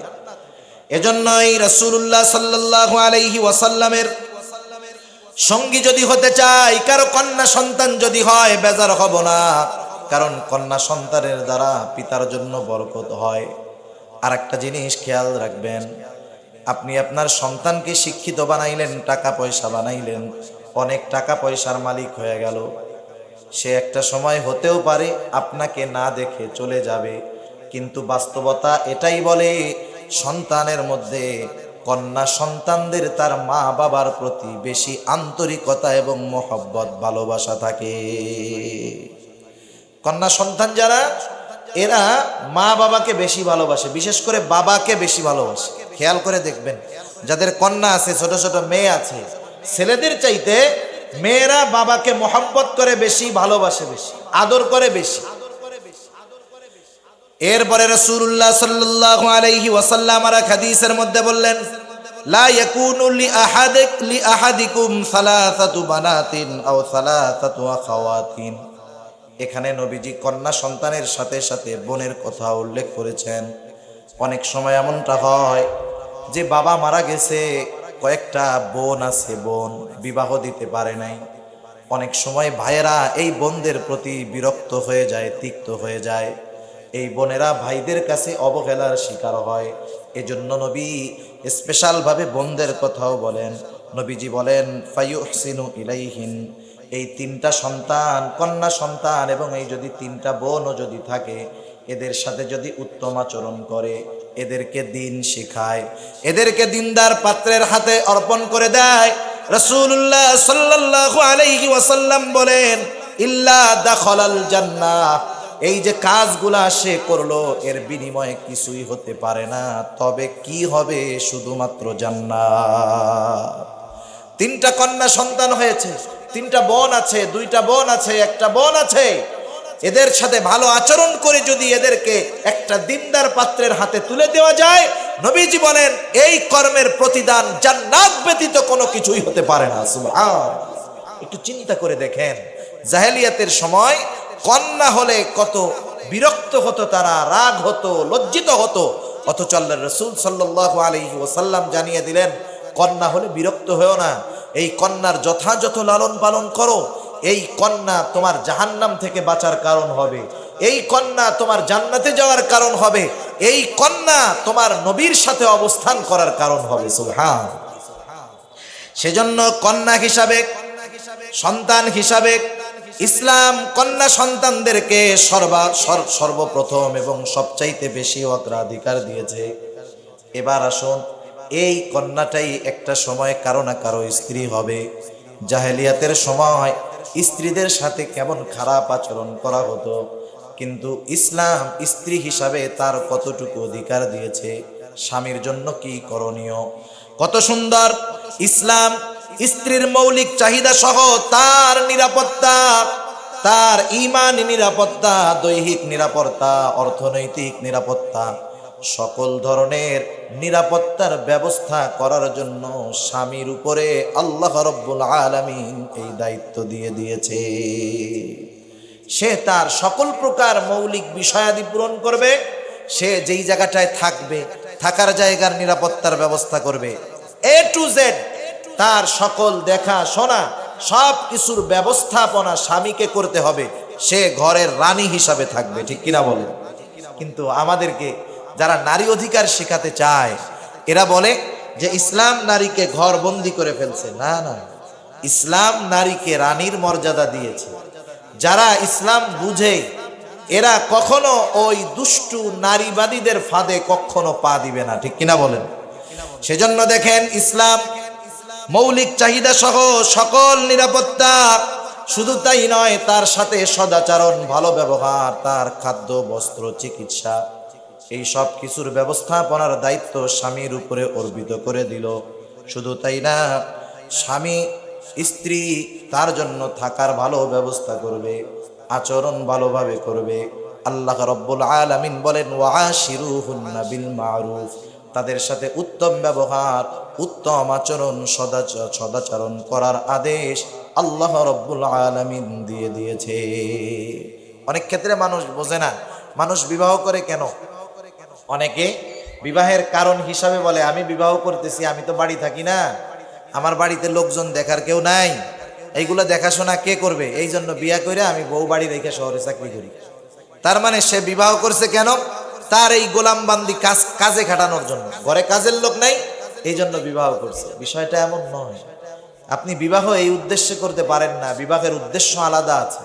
সেজন্য বিবাহ করার ক্ষেত্রে এই বিষয়টা খেয়াল রাখতে বলা হয় যে একটা নারী অতীতে সে যে পরিস্থিতিতে, যে অবস্থায় তার বাবার বাড়িতে লালন পালন হয়েছে, বিবাহ করার পরে সেই রকম অথবা তার চাইতে ভালো ব্যবস্থাপনা তাকে দিতে হবে। সে ছিল আনন্দে, ঘরে কাজ করা লাগে নাই, বাবার বাড়িতে আনন্দে ছিল, কিন্তু আপনি বিবাহ করে এনে তাকে এমনভাবে খাটাইতেছেন গাদার খাটুনি, এটা ইনসাফ হবে না, এটা ভালো কাজ হবে না। সে স্বেচ্ছায় করে ভিন্ন জিনিস, কিন্তু তাকে দিয়ে যদি জোর করানো হয়, তার ভালো থাকার ব্যবস্থা না থাকে, নিরাপত্তার ব্যবস্থা না থেকে বাহির থেকে পানি আনতে হয়, সে ঠিকমতো পর্দা পুশিদা করতে পারে না, এই ব্যবস্থাপনাগুলা এগুলা নারীর অধিকার। যদি কোনো স্বামী এগুলার ব্যবস্থা না করে, সেই স্বামী ওই স্ত্রীর অধিকার নষ্ট করার গোনা তার আমলনামায় যোগ হবে। সেজন্য সাবধান, স্ত্রীদের সাথে স্ত্রী হিসাবে সদাচরণ পাবে, স্বামীর কাছে উত্তম ব্যবহার করতে হবে। রাসূল আকরাম সাল্লাল্লাহু আলাইহি ওয়াসাল্লাম স্ত্রীদের সাথে কেমন সদাচরণ করতেন, কেমন ভালো ব্যবহার করতেন। আমরা তো অল্পতেই স্ত্রীদের উপরে রাগান্বিত হয়ে যাই, অল্পতেই তাদের উপরে বিরক্ত হয়ে যাই। রাসূল আকরাম সাল্লাল্লাহু আলাইহি ওয়াসাল্লাম এক জিহাদ থেকে আসছেন। বাসায় আসার আগে রাসূলুল্লাহ সাল্লাল্লাহু আলাইহি ওয়াসাল্লাম মসজিদে অবস্থান করতেন। মসজিদ থেকে বাসায় খবর পাঠাইতেন যে আমরা এসেছি, একটু পরে বাসায় আসব। রাসূলুল্লাহ সাল্লাল্লাহু আলাইহি ওয়াসাল্লাম মসজিদে নববীর মধ্যে, মসজিদের সাথেই রাসূল সাল্লাল্লাহু আলাইহি ওয়াসাল্লামের হুজরা। আল্লাহ রাসূল ভিতরে গেলেন, জিজ্ঞাসা করলেন, ও আয়েশা, অনেক ক্ষুধা লেগেছে, খাবার হয়েছে নাকি? আয়েশা সিদ্দিকা রাদিয়াল্লাহু তাআলা আনহা বলেন, না ইয়া রাসূলুল্লাহ, খাবার এখনো হয় নাই, তরকারিও কাটা হয় নাই। নবীজির কাঁধে তখনও জিহাদের ময়দান থেকে ফিরে আসছেন সেই তরবারিটা ছিল। নবী তরবারিটা কাঁধের থেকে নামায়া রাসূলুল্লাহ সাল্লাল্লাহু আলাইহি ওয়াসাল্লাম এইবার ওই তরবারি দিয়ে আয়েশা সিদ্দিকা রাদিয়াল্লাহু তাআলা আনহাকে তরকারি কেটে দিলেন। নবীজির তলোয়ার শুধু কাফেরদের বিরুদ্ধে লড়াইয়ে ব্যবহার হয়েছে তা নয়, স্ত্রীর তরকারি কাটার কাজেও এটা আল্লাহর রাসূল ব্যবহার করেছেন। কিন্তু আমরা আমাদের ইগোতে লাগে, অনেক স্বামী মনে করে আমি আমার ঘরের কাজে আমার স্ত্রীকে সাহায্য করব, এটা আমার প্রেস্টিজের ব্যাপার। একটু প্লেটটা ধুইয়া খাইতে গেলে আমাদের প্রেস্টিজে লাগে, বউ থাকতে আমি প্লেট ধুইয়া খামু, এটা আমার ইজ্জতের ব্যাপার।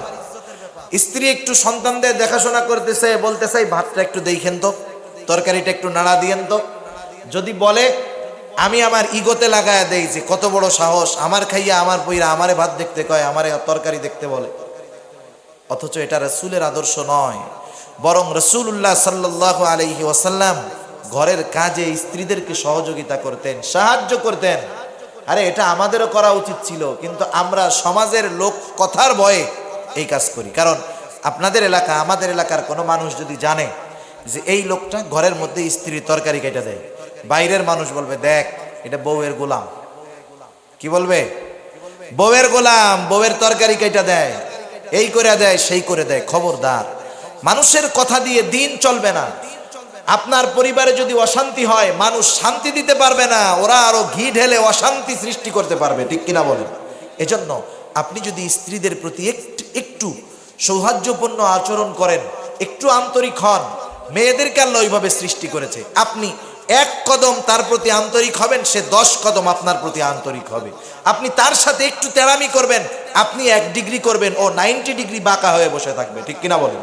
কারণ আল্লাহ তাআলা নারীদেরকে বাঁকা হাট দিয়ে সৃষ্টি করেছে, সৃষ্টিগতভাবেই এটা। আল্লাহ রাসূল সাল্লাল্লাহু আলাইহি ওয়াসাল্লাম বলেছেন, এটাকে তোমরা সোজা করার চেষ্টা করো না, তাহলে ভেঙে যাবে, আবার ছেড়েও দিও না, বেশি বাঁকা হয়ে যাবে। বাঁকা অবস্থায় এটার থেকে ফায়দা কেমনে নেওয়া যায় সে চেষ্টা করো। সেজন্য পারিবারিক অশান্তি আজকে আমাদের দেশে ভরপুর। পারিবারিক অশান্তির অন্যতম একটি কারণ হলো এই পারিবারিক বিষয়ে স্বামী স্ত্রীর মধ্যে আন্ডারস্ট্যান্ডিং নাই, স্বামী স্ত্রীর মধ্যে সম্পর্ক ভালো নাই। একটু রান্না খারাপ হলে, কোনো মহিলা রান্না করছে, রান্নাটা একটু খারাপ হয়েছে, প্রত্যেকদিন ভালো হয়, আজকে একটু খারাপ হয়েছে, স্বামী কি করে? মুখ একটা বেংসি দিয়া বলে, কি রান্না করছো এইগুলা, কি রান্না করছো এইগুলা। এই যে স্ত্রী কষ্ট পেয়ে যায়।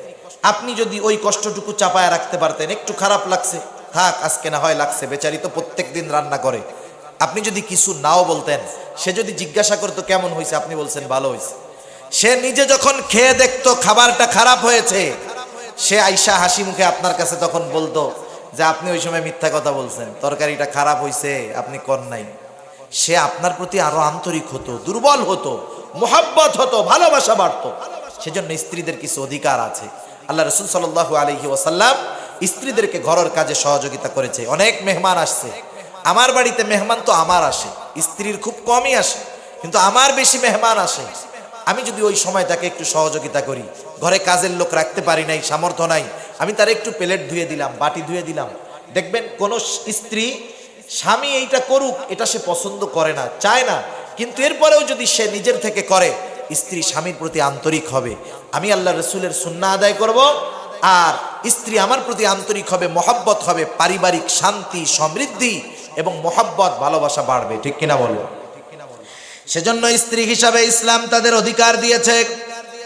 এবার আসেন মা হিসাবে তাদের কি অধিকার। হায়রে রাসূলুল্লাহ সাল্লাল্লাহু আলাইহি ওয়াসাল্লাম, একজন মহিলা যখন কন্যা থাকে তার নিরাপত্তার জন্য তার বাবা থাকে, এরপরে যখন সে স্ত্রী হয় তার স্বামী থাকে। মনে করেন স্বামী দুনিয়া থেকে চলে গেল, এখন তার সন্তান আছে, সন্তানদের ক্ষেত্রেও মা বাবার কিছু হক রয়েছে।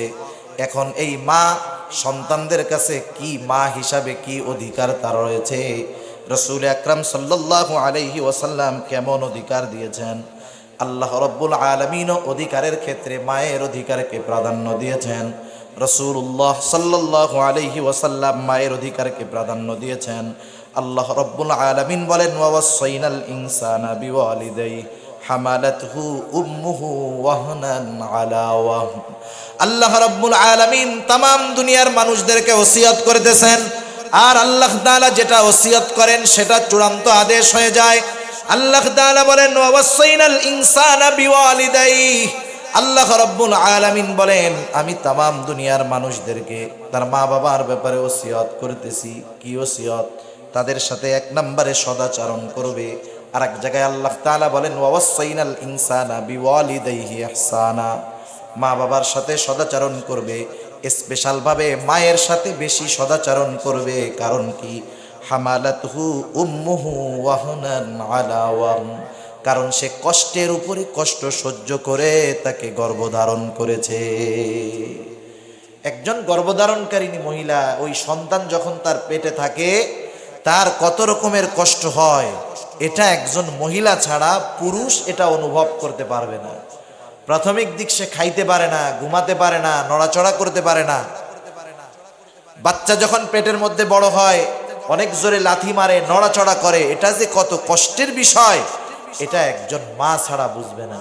সেজন্য মা বাবার সাথে সদাচরণ তো অবশ্যই করতে হবে। বিশেষ করে মায়ের সাথে মা হিসাবে অধিকারটা আল্লাহ তাআলা বেশি দিয়েছেন। সাথে সাথে কি, এই যে 2টা বছর দুধ পান করায় মা, নিঃস্বার্থে পান করায়।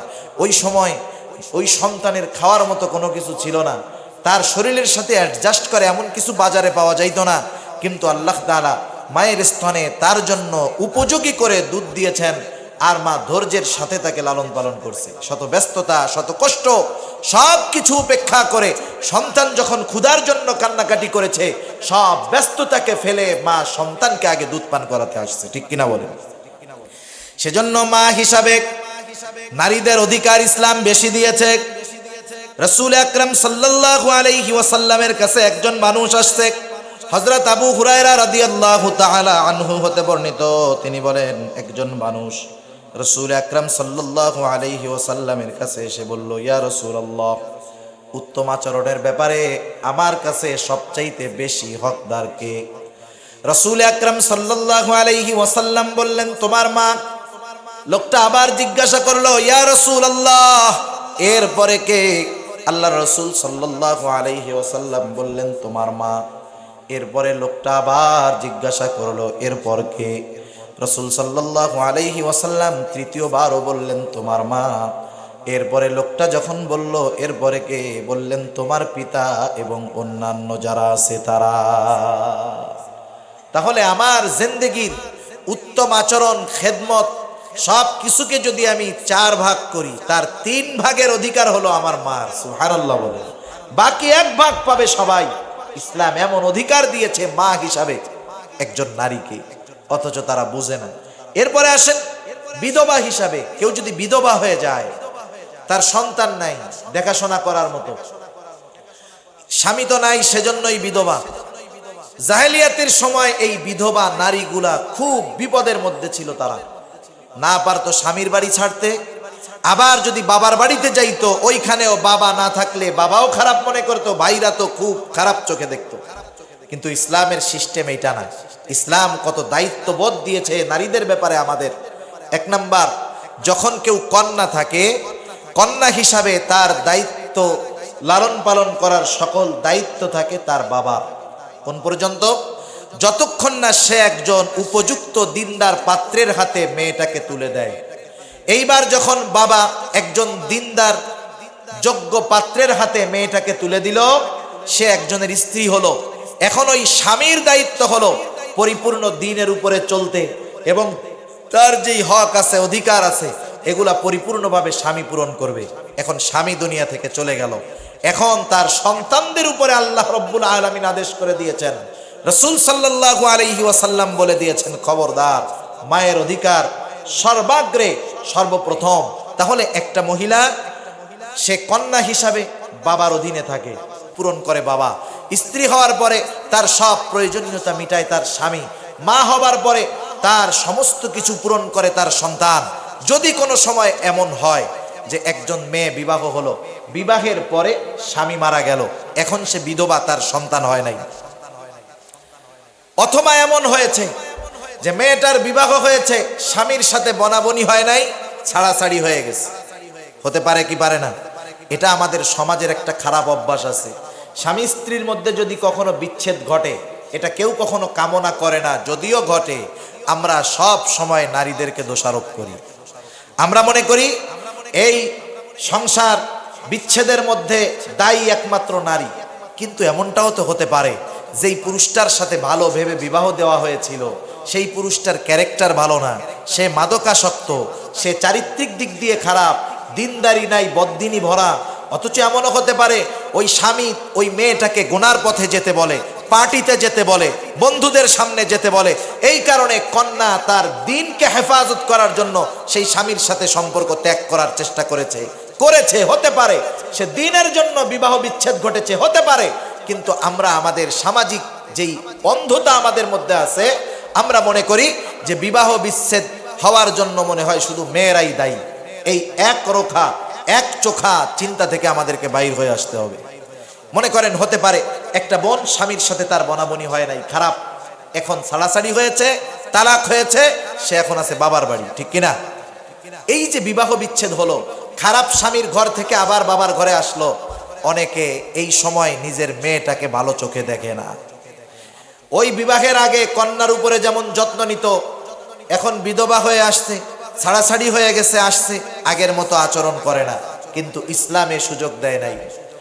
যদি কোনো নারী স্বামীর সাথে ছাড়াছাড়ি হয়ে যায়, বিচ্ছেদ হয়ে যায়, সে পুনরায় যখন বাবার বাড়িতে ফিরে আসবে, বিবাহ পূর্বে বাবা যেমন ওই কন্যার সব দেখাশোনা করত, এইবার স্বামীর বাড়ি বনাবনি না হওয়ার কারণে সে চলে আসলো। এখনো পুনরায় আবার ওই বাবার উপরে দায়িত্ব হলো, ওই বাবা আবার তার কন্যাকে দেখাশোনা করবে, আবার তার বিবাহের ব্যবস্থা ওই বাবাই করবে।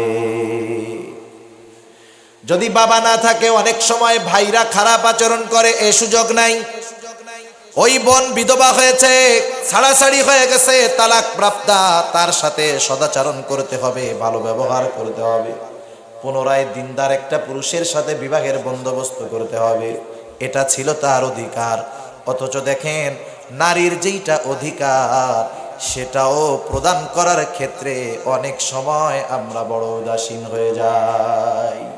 সেজন্য বিধবা হিসাবেও তার অধিকার আল্লাহ তাআলা রেখে দিয়েছেন।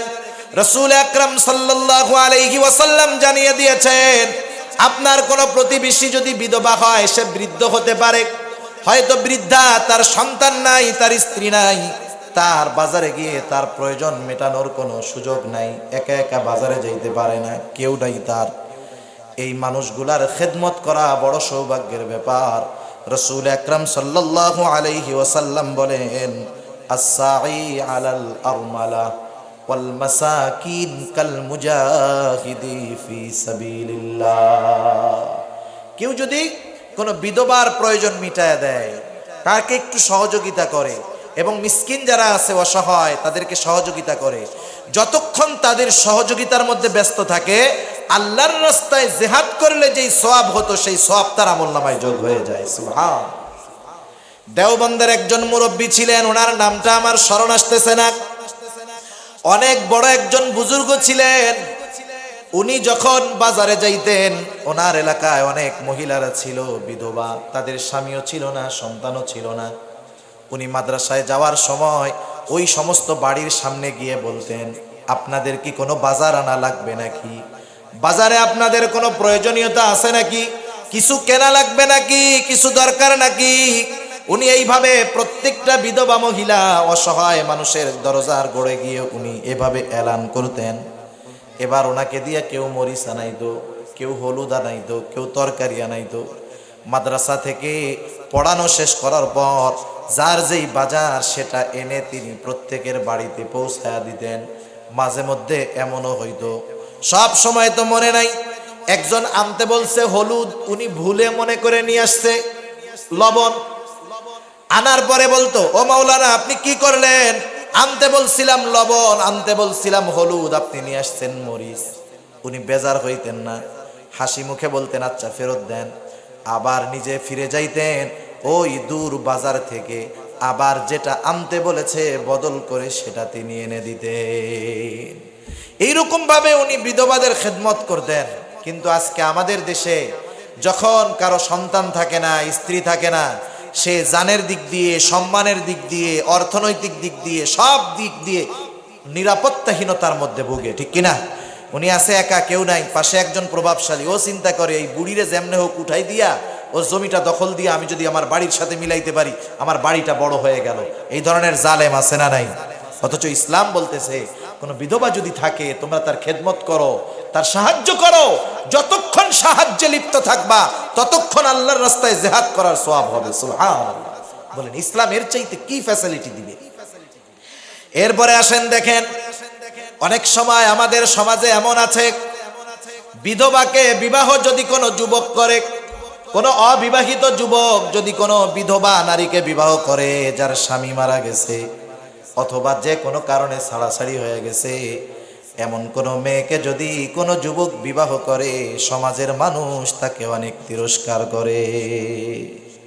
এই তিরস্কার যারা করে এরা যে কত খারাপ কাজ করে ও যদি বুঝতো তাইলে করতো না। রাসূল আকরাম সাল্লাল্লাহু আলাইহি ওয়াসাল্লাম যতগুলো বিবাহ করেছেন, একটা বিবাহ শুধু কুমারী আয়েশা সিদ্দিকা রাদিয়াল্লাহু তাআলা আনহা, আর প্রত্যেকটা বিধবা নারী উনি বিবাহ করেছেন। রাসূল আকরাম সাল্লাল্লাহু আলাইহি ওয়াসাল্লাম যার ব্যাপারে সবচাইতে আন্তরিক ছিলেন খাদিজাতুল কুবরা রাদিয়াল্লাহু তাআলা আনহা। আল্লাহ রাসূল সাল্লাল্লাহু আলাইহি ওয়াসাল্লামের সাথে বিবাহ হওয়ার আগে ওনার আরো দুইজন স্বামী ছিল, যারা আরো দুইজনের সাথে ওনার বিবাহ হয়েছিল। উনি বিধবা ছিলেন। আল্লাহ রাসূল সাল্লাল্লাহু আলাইহি ওয়াসাল্লামের ঘরে আসার আগে ওনার আরো কয়েকজন সন্তান ছিল। কিন্তু দেখেন এই খাদিজাতুল কুবরা রাদিয়াল্লাহু তাআলা আনহার প্রতি আল্লাহ রাসূলের মহব্বত, ভালোবাসা কেমন ছিল। আয়েশা সিদ্দিকা রাদিয়াল্লাহু তাআলা আনহা একদিন রাসূলুল্লাহ সাল্লাল্লাহু আলাইহি ওয়াসাল্লামের পিঠের মধ্যে দাগ দেখতে পাইলেন। বসন্ত হলে, ফক্স হলে, যাদের ফক্সটা বসন্তটা বেশি হয় ওই জায়গাটায় গর্ত গর্ত হয়ে যায়, গায়ের কয়েকটা জায়গায় উনি ওরকম দেখলেন। আয়েশা সিদ্দিকা রাদিয়াল্লাহু তাআলা আনহা বলতেছে, ইয়া রাসূলুল্লাহ আপনার কি কখনো এই ধরনের কিছু হয়েছিল নাকি? রাসূলুল্লাহ সাল্লাল্লাহু আলাইহি ওয়াসাল্লাম বললেন, না, তুমি যা ভাবতেছো তা না। ও আয়েশা, তুমি তো আমার সুখের দিনের স্ত্রী, তুমি আমার কষ্টের দিনটা দেখো নাই। এটা হলো তায়েফে আমি যখন দ্বীনের দাওয়াত দিতে গিয়েছিলাম, ওই যে কাফেরেরা আমার গায়ে যেই পাথরগুলা মেরেছিল ওই পাথরের আঘাতের দাগ, এগুলা বসন্তের কোনো দাগ নয়। তুমি আমার ওই সময়টা দেখো নাই, ওই কষ্টের সময়টা দেখো নাই। রাসূল আকরাম সাল্লাল্লাহু আলাইহি ওয়াসাল্লামের ওই কষ্টের সময়ের কথা তিনি মনে করতেন। আর আয়েশা সিদ্দিকা রাদিয়াল্লাহু তাআলা আনহার সামনে বারবার খাদিজার কথা উল্লেখ করতেন। তিনি বলতেন, খাদিজা আমার কষ্টের সময় আমার সাহায্যকারী ছিল, আমাকে সান্ত্বনা দানকারিণী ছিল। খাদিজাতুল কুবরা রাদিয়াল্লাহু তাআলা আনহার বান্ধবী যারা ছিলেন রাসূলুল্লাহ সাল্লাল্লাহু আলাইহি ওয়াসাল্লাম তাদেরকেও মহব্বত করতেন, হাদিয়া পাঠাইতেন। স্বাভাবিক, আল্লাহ তাআলা সৃষ্টিগতভাবে নারীদেরকে কিছু জিনিস দিয়েই দিয়েছে, ওটা স্বাভাবিক বিষয়। ওটা নারীত্বর কারণে নারীর মধ্যে থাকবে। যেমন একটা মানুষ যত বুজুর্গ হোক না কেন, আর যত বুজুর্গা দুইটা বিবাহ করুক না কেন, বলেন তো দুই বউ কোনো সময় ঠান্ডা থাকবে নাকি? স্বামীও আল্লাহর ওলি, ওনার বউ দুইজন, ওই দুই বউ আল্লাহর ওলি, তাও দেখবেন ওই দুই বউয়ের মধ্যে বনে না, দুই সতীনের মধ্যে কি হয় না, বনে না।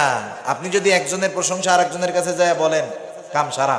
যাদের দুই বউ আছে তাদের কথা বলতেছি আর কি। খাদিজাতুল কুবরা রাদিয়াল্লাহু তাআলা আনহা দুনিয়া থেকে চলে গেছে কত বছর আগে। প্রশংসা করতেন স্ত্রী হিসাবে, মানুষ হিসাবে কিছু তবিয়ত আল্লাহ তাআলা স্পেশাল ভাবে দিয়ে দিয়েছে সবার মধ্যে। ওনার ঈর্ষা হইতো যে আমার চেয়ে কি কম আছে আমার। একদিন আয়েশা সিদ্দিকা রাদিয়াল্লাহু তাআলা আনহা বলতেছে, ইয়া রাসূলুল্লাহ, আপনি শুধু খাদিজার কথা বলেন, কিন্তু রূপে গুণে যোগ্যতায় আমার কোনটার মধ্যে কমতি আছে একটু বলেন। আল্লাহর রাসূল বলেন, ও আয়েশা, ও আয়েশা, তুমি আমার সুখের দিনের স্ত্রী, কিন্তু দুঃখের দিনটা দেখো নাই। শুনে রাখো, ওই খাদিজা তো সেই খাদিজা, আমার সাথে যখন তার বিবাহ হয়েছে সব সম্পদগুলো আমাকে দিয়ে দিয়েছে। শুধু তাই না, এমন একটা দিন যায় নাই আমি দিনের কাজে বের হয়েছি, গভীর রাতে দরজায়, বাড়িতে এসে দরজায় টোকা দিয়েছি, একবারের বেশি দুইবার ডাক দেওয়া লাগে নাই। একটা ডাক দেওয়ার সাথে সাথে খাদিজা দরজা খুলে দিয়েছে। আমি জিজ্ঞাসা করতাম, খাদিজা তুমি কি ঘুমাও নাই? খাদিজা বলতো, ইয়া রাসূলুল্লাহ, আপনি বাহিরে আছেন, দ্বীনের কাজে আছেন, আমি খাদিজার চোখে কেমন করে ঘুম আসতে পারে? ও আয়েশা, খাদিজা আমার সেই সময়ের স্ত্রী, তুমি তো আমার সুখের দিনের স্ত্রী। আল্লাহ রাসূল সাল্লাল্লাহু আলাইহি ওয়াসাল্লাম তখন বললেন, আয়েশা শোনো, খাদিজাকে যদি আল্লাহ বাঁচায় রাখতো, খাদিজা যদি জীবিত থাকতো, খাদিজার বর্তমানে আমি অন্য কাউকে স্ত্রী হিসাবে গ্রহণ করতাম না। সেজন্য খাদিজার ব্যাপারে তুমি এমন ভাবে কোনো সময় বলবা না। আয়েশা সিদ্দিকা রাদিয়াল্লাহু তাআলা আনহা আর কোনোদিন বলেন নাই সেই খাদিজা তিনি কুমারী ছিলেন না, তিনি দুইটা স্বামী ছিল এর আগে, তারা মারা গেছে দুনিয়া থেকে। ওনার সন্তান ছিলেন, চারিত্রিক দিক দিয়ে পুত ও পবিত্রা ছিলেন। একটু জিনিস চিন্তা করেন, আমরা মনে করি বিবাহ হয়েছে এখন তার আর চরিত্র নাই। না না, বিবাহের মাধ্যমে যেই সম্পর্ক হয় এর দ্বারা চরিত্র স্খলন হয় না। একটা নারীর একাধিক বিবাহ হতে পারে, কিন্তু তার ক্যারেক্টার, তার চরিত্র, আখলাক যদি ভালো থাকে, সে একজন সতীসাধ্যী নারী। ঠিক কিনা বলেন? খাদিজাতুল কুবরার উপাধি কি ছিল? জাহেলিয়াতের সময় ওই সময়ের মানুষেরাও তাকে উপাধি দিয়েছিল তহেরা, পুত পবিত্রা।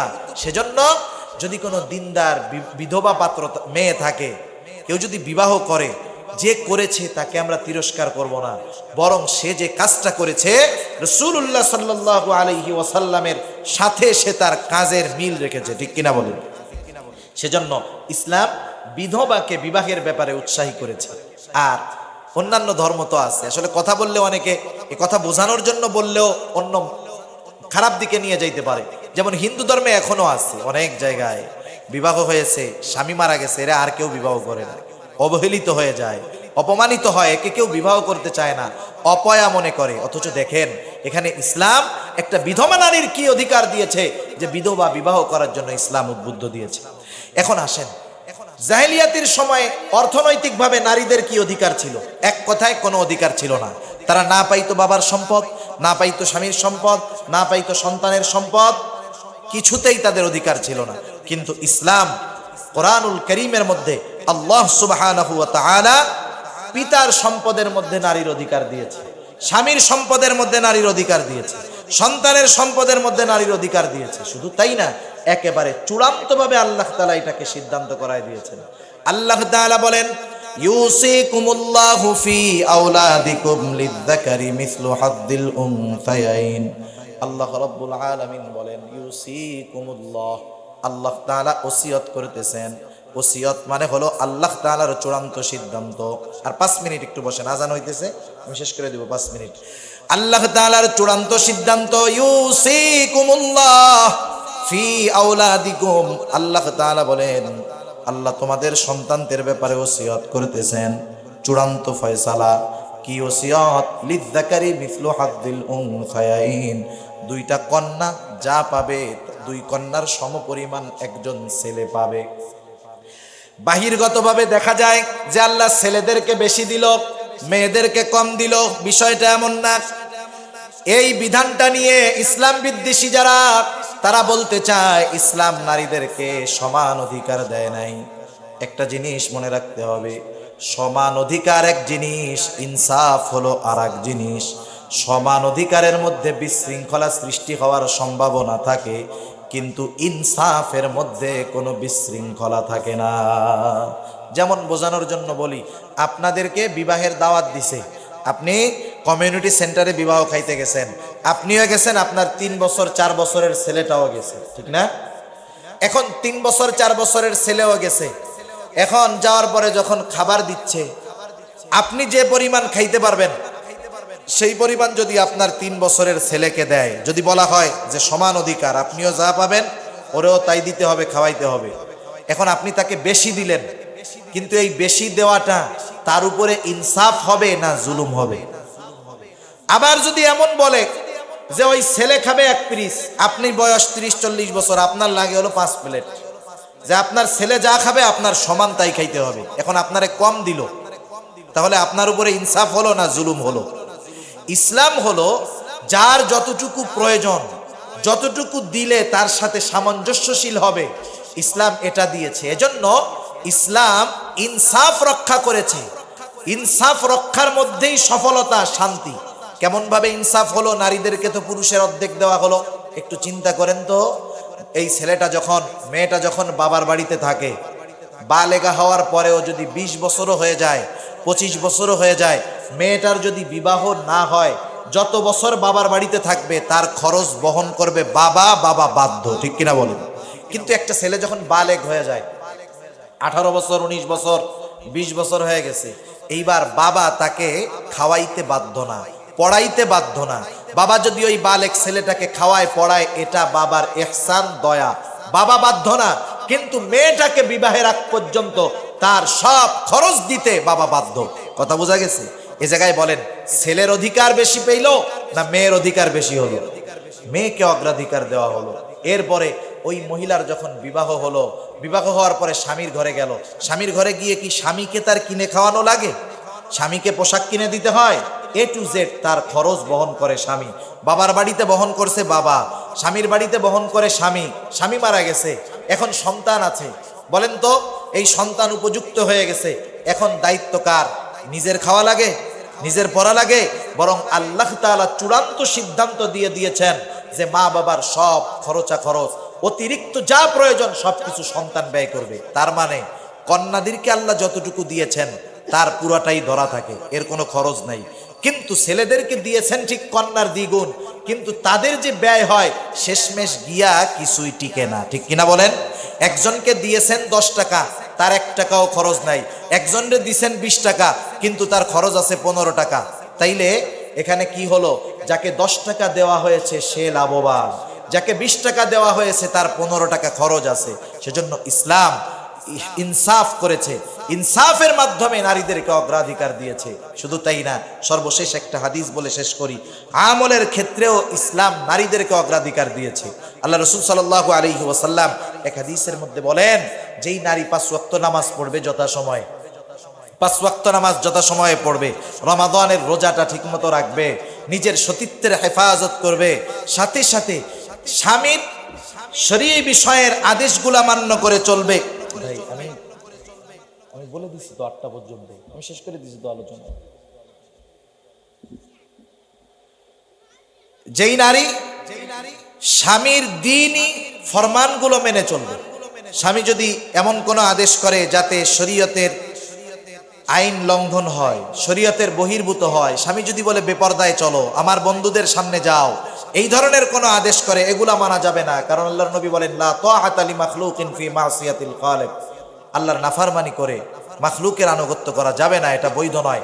স্বামীর ওই ধরনের আদেশগুলা মেনে চলে। যেমন স্বামী বলছে আমার মা বাবার একটু খেদমত কইরো, আত্মীয় স্বজনের সাথে একটু ভালো ব্যবহার কইরো, কিন্তু মা বাবার খেদমত করে না, খারাপ আচরণ করে, এগুলা করা যাবে না। এই ধরনের আদেশ যখন মান্য করবে, স্বামীর আনুগত্যশীলা হবে।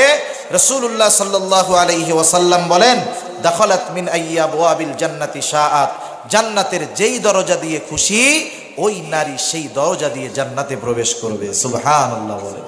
তাহলে বলেন, ইসলাম কি নারীদেরকে ঠকিয়েছে না জিতিয়েছে? জোরে বলেন, জিতিয়েছে না ঠকিয়েছে? ইসলাম যারা বলে ইসলাম নারীদেরকে অধিকার দেয় নাই, তারা ইসলাম বুঝে না, তারা ইসলাম সম্পর্কে জানে না। যারা ইসলাম বুঝে, ইসলাম সম্পর্কে জানে, তারাই বুঝতে পারে ইসলাম নারীদেরকে শুধু অধিকার দেয় নাই, ইসলাম নারীদেরকে অগ্রাধিকার দিয়েছে।